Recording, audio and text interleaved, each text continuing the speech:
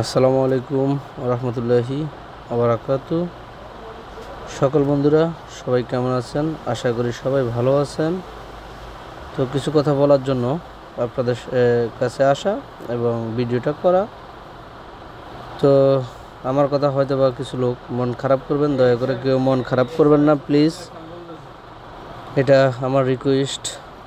আমার পাশে যে ভাইটা আছে উনি, আমরা যারা বাইকার আমাদেরকে নিয়ে কিছু কথা বললো, খুবই খারাপ লাগলো।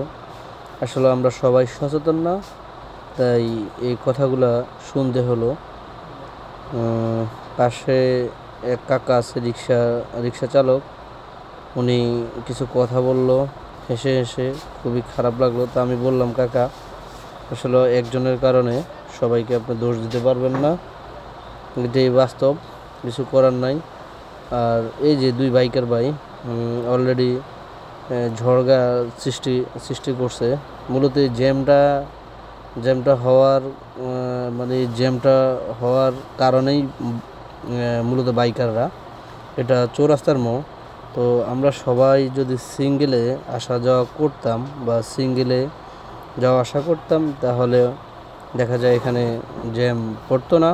এই যে আমার দুই বাইকার ভাই, ওনারা এক প্রকার খুবই মুখে খুবই তুমুল জড়গা লাগছে। তো এটা আসলে ফল্টগুলো আমাদেরই, কারণ আমরা যারা বাইকার আমরা সবাই সচেতন না। তো আমি সবাইকে উদ্দেশ্য করে বলছি, সবাই সচেতন না, কিছু লোক সচেতন, কিছু লোক অসচেতন। আমি সিরিয়াল মেনটেন করে আস্তে আস্তে আসছিলাম, বাট এই বাইকার ভাইদের জন্য খুবই গ্যাঞ্জাম লেগে গেছে, এখানে খুবই মারাত্মক অবস্থা।